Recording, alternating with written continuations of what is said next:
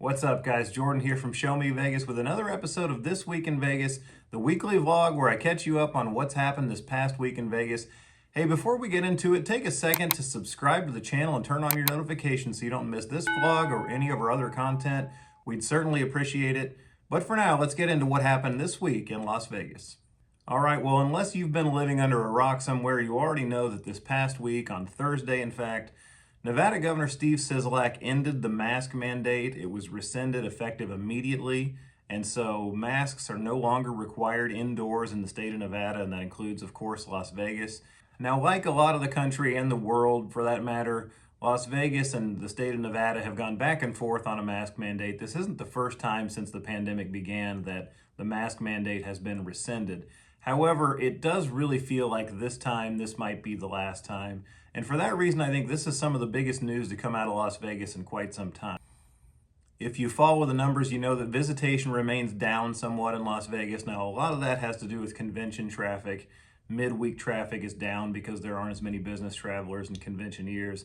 But another big factor, I think, impacting the visitation numbers is that mask mandate. If you spend very much time on Facebook groups and in the comments sections and various places online, you know there are a lot of people who claim they wouldn't be back to Las Vegas until the masks were gone. So if that's true, it stands to reason that visitation might increase a little bit here because of this mask mandate going away. Now, keep in mind, if you do go to Las Vegas, you're still going to need to keep a mask handy because even though they're no longer going to be required indoors, there are places where you will need one. For instance, the airport is federal space, and so that mask mandate remains in place. Airplanes, airports.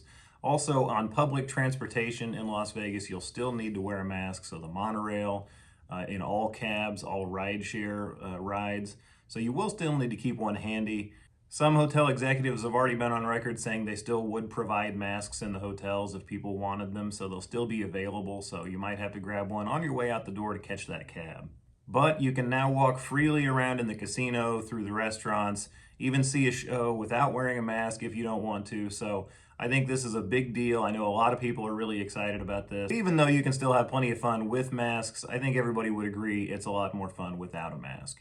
Now, the end of the mask mandate came at just the perfect time for Las Vegas as one of the biggest events of the year took place just this past weekend, and that, of course, is the Super Bowl. Now, I know the Super Bowl is not a Las Vegas event per se, but it is celebrated in Las Vegas unlike anywhere else in the world. With the long-standing proliferation of sports betting in Las Vegas and just the overall party environment, Las Vegas is the best place to watch the Super Bowl, short of actually being at the game. This year was no different. If you were in Vegas this year for the Super Bowl, you would have had an option of dozens, maybe even hundreds of viewing parties, from sports books to hotel ballrooms, even outside at Stadium Swim. Now, people shell out big bucks to go to some of these viewing parties. Tickets can range for as low as $50 to as high as in the thousands of dollars for unlimited food and booze. But it does look like the parties went off without a hitch and everybody had a great time. Now, obviously, the biggest connection between Las Vegas and the Super Bowl I mentioned is gambling. Sportsbooks in Las Vegas rake in tens of millions of dollars of Super Bowl bets every year, and this year the house won in a big way. They were calling it this year the trifecta. That's that the Rams beat the Bengals 23-20, but didn't cover the spread, and the game stayed under the total of 48.5 points. So all three of those betting factors went in the house's favor. Most of the sports books and the companies on the strip made in the seven figures on the Super Bowl this year because most people betting on the Rams were laying the points and they didn't cover. Said the vice president of Boyd Gaming's sportsbook operations, regardless of whether people were betting on the Bengals or the Rams, everybody seemed to be parlaying them with the over on the game. And since the game didn't cover the over, the house pretty much took everything. Now, as far as the game itself was concerned, there was one bettor at BetMGM that had three $1 million wagers on the game. He won two of them. He would have won all three had the Rams not botched an extra point in the first half. And if you follow sports betting at all, you're probably familiar with this guy. This is Mattress Mac. His name is Jim McIngvale. He is a furniture store owner from Houston, Texas, who is famous for running huge promotions at his furniture stores whereby shoppers will get their money refunded if a certain team wins a big game, a Super Bowl, a World Series. He then goes to the sports books and he places huge bets the opposite direction to kind of hedge his bets.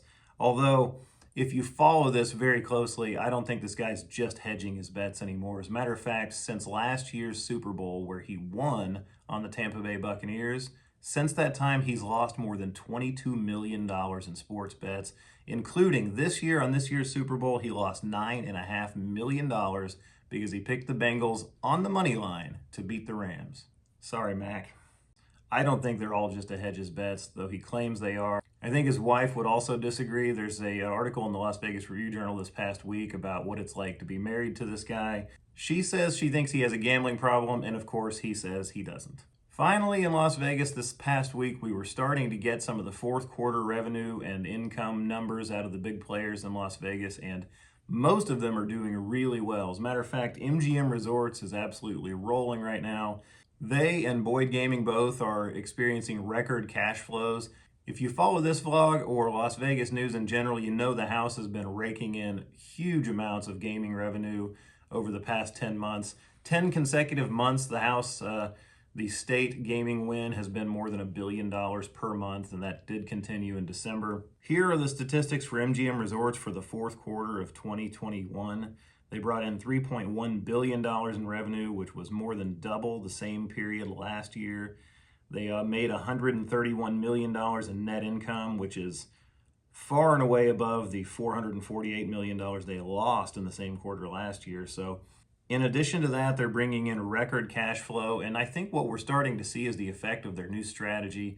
So many people have been confused about why they're selling all their resorts and leasing them back. Well, this is why. It reduces their debt, increases their cash flow.